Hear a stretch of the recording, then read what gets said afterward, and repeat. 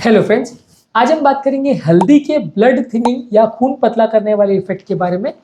हल्दी वैसे तो एक नेचुरल ब्लड थिनर है। इसमें कुर्कुमिन करके तत्व होता है जो खून को पतला करता है, बॉडी के सूजन को कम करता है। लेकिन खून पतला करने के हिसाब से ये कितना इफेक्टिव है, कितना अच्छा है, क्या हर व्यक्ति जिसको खून पतला करने की आवश्यकता है उसे इसको लेना चाहिए, क्या हर व्यक्ति जिसे हार्ट अटैक आया है उसको ज़्यादा हल्दी खानी चाहिए, क्या इसके इश्यूज हैं, क्या इसके फायदे हैं, क्या इसके नुकसान हैं, आज इसको डिस्कस करेंगे।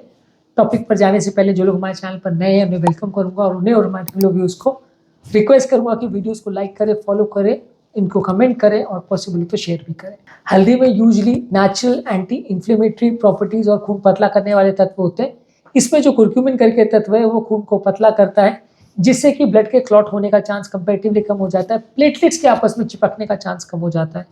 प्लेटलेट यानी जो खून गाढ़ा करने वाला तत्व है, जिसके चिपकने से सबसे ज़्यादा हार्ट अटैक आता है, उसको पतला ही करके या उसको चिपकना रोकने से ही सबसे ज़्यादा हार्ट अटैक को रोका जाता है। जो मेडिकल फील्ड में हम दवाइयाँ भी देते हैं वो एंटी प्लेटलेट मेडिसिन होती हैं जो कि खून पतला करने को रोकती हैं। तो ये दवाओं के माध्यम से हम हार्ट अटैक के चांस को कम करते हैं। हल्दी भी वही काम कर रही है, लेकिन उतना एक्टिवली या उतना अच्छे से कर पा रही है नहीं, ये थोड़ा कॉन्ट्रोवर्शियल है।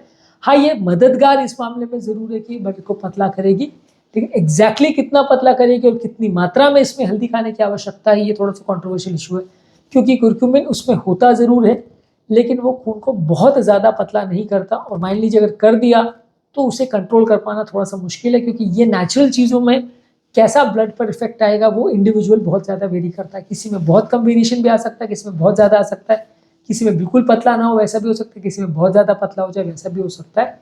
इसका कंट्रोल और इसका एक्शन पूरी तरह से डॉक्टर और किसी भी व्यक्ति के कंट्रोल में नहीं है, इसलिए इसे यूज़ करना उतना सेफ नहीं है।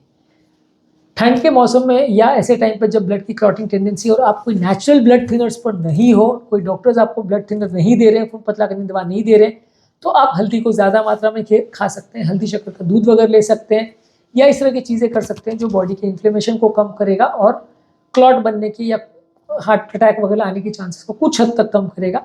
पूरी तरह से हर हार्ट अटैक को बचा लेगा या आपको बिल्कुल अमर कर देगा ऐसा मत एक्सपेक्ट करिएगा, थोड़ा बहुत इससे फ़ायदा हो सकता है। इसके अलावा इसमें एंटी इन्फ्लेमेटरी प्रॉपर्टीज़ होती है और सूजन को ये कम करता है। अलग अलग तरह के आर्थराइटिस और सूजन संबंधित बीमारियों में इसका उपयोग किया जाता है। कई बार अगर बॉडी में बहुत ज़्यादा अगर इन्फ्लेमेशन या सूजन हो जाती है तो हार्ट अटैक लकवों का चांस भी बढ़ जाता है। काफ़ी स्टडीज़ ने शो किया है कि बॉडी का इन्फ्लेमेशन बढ़ने से ये सब प्रॉब्लम्स का चांस बढ़ जाता है। बॉडी का HSCRP जो कि एक इन्फ्लेमेटरी मार्कर है, जब वो ज़्यादा होता है तो माना जाता है कि उससे हार्ट अटैक लकवों का चांस, मेटाबॉलिक प्रॉब्लम्स का चांस ज़्यादा होता है। तो हल्दी इस इन्फ्लेमेशन को इनडायरेक्टली कम करता है, जिसकी वजह से आपको हार्ट अटैक लगने का चांस इनडायरेक्टली कम होगा मिलेगा। इसके अलावा ये मेडिसिन के साथ जब आप लेते हैं तो थोड़ा ध्यान रखने की आवश्यकता है।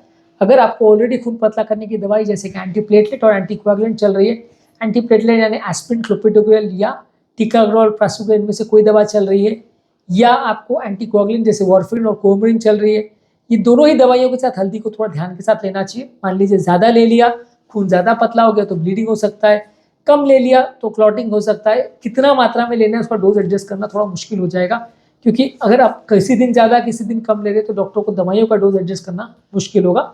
ज़्यादातर ऐसे लोग जो ब्लड थिनर्स पे ऑलरेडी है उनको रिक्वेस्ट किया जाता है कि वो अगर इसको ले रहे हैं तो बहुत ज़्यादा या बहुत कम नहीं ले, एक बैलेंस मेंटेन करके रखें, सीमित मात्रा में ले। बहुत ज़्यादा लेने से कई बार उसके इफेक्ट को कंट्रोल करना थोड़ा मुश्किल हो जाता है, और उसके हिसाब से दवाइयों के डोजेस को एडजस्ट करना भी थोड़ा मुश्किल हो जाता है, जो डॉक्टर्स के लिए कई बार कंसर्न हो जाता है। तो डॉक्टर्स रिक्वेस्ट करते हैं कि ये सारी चीज़ों का आप बहुत ज़्यादा ओवर यूज़ मत करें और सिर्फ इस पर रिलाई नहीं करें, क्योंकि इनका जो इफेक्ट है वो पूरी तरह से प्रेडिक्टेबल नहीं है, कभी कम कभी ज़्यादा हो सकता है, और डॉक्टर्स इसको पूरी तरह से कंट्रोल नहीं कर सकते। मान लीजिए कोई डॉक्टर आपको कोई दवा 50 मिलीग्राम या 100 मिलीग्राम दे रहा है, तो उससे उम्मीद ये होती है कि 50 मतलब 50 ही असर करेगी, 100 मतलब 100 ही असर करेगी, 100 का 200 या 50 नहीं हो जाएगा। तो ये सब नेचुरल चीज़ों में क्या है कि एग्जैक्टली वो कितना पतला करेगी उसे प्रेडिक्ट कर पाना इम्पॉसिबल है। कभी कभी वो ज़्यादा कर सकती है, कभी कम कर सकती है। जिस तरह हर नेचुरल फल और सब्जियों में टेस्ट कई बार बिल्कुल अलग होता है।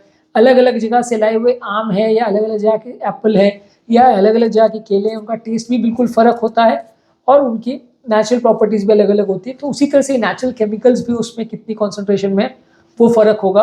और आजकल हाइब्रिड का ज़माना है, तो इस टाइम में हर कोई नई नेचुरल चीज़ जो आप लेते हो उसमें कोई भी तत्व का कॉन्सेंट्रेशन कम ज़्यादा हो सकता है, क्योंकि किसी भी प्लांट या पौधे को हाइब्रिड करने के टाइम ये सब चीज़ों का ध्यान नहीं दिया जाता है कि वो खून को कितना पतला करेगा या वो उसके नेचुरल फायदे कितने होंगे, ज़्यादातर इसी पे फोकस होता है कि पैदावार कितनी बढ़ाई जा सके ताकि किसान को या कंट्री की इकोनॉमी को फायदा मिल सके। यानी जैसे आम बनाने हैं तो ये नहीं फोकस किया जाएगा कि वो कितना टेस्टी और कितने न्यूट्रिशियस बनेगा, ज़्यादातर यही कोशिश की जाएगी कि बहुत ज़्यादा पैदावार हो जाए ताकि उसको बेच के ज़्यादा इनकम की जा सके। तो इसीलिए नेचुरल चीज़ों में थोड़ा सा ये अनरिलायबिलिटी होती है जो हमें माननी पड़ती है। हाँ, इसे अगर खून नेचुरली पतला करना है तो थोड़ा ले सकते हैं, ज़्यादा मात्रा में ठंड के मौसम वगैरह में, या जिनको खून गाढ़ा है वो ले तो थोड़ा फायदा भी हो सकता है, पर प्रॉपर्टी डॉक्टर के साथ डिस्कस करके सलाह करके लेंगे तो ज़्यादा फायदा है।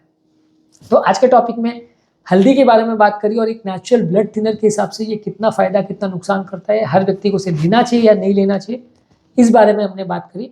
उम्मीद करूँगा कि आज के टॉपिक में कुछ नई बातें जानने को मिली होगी।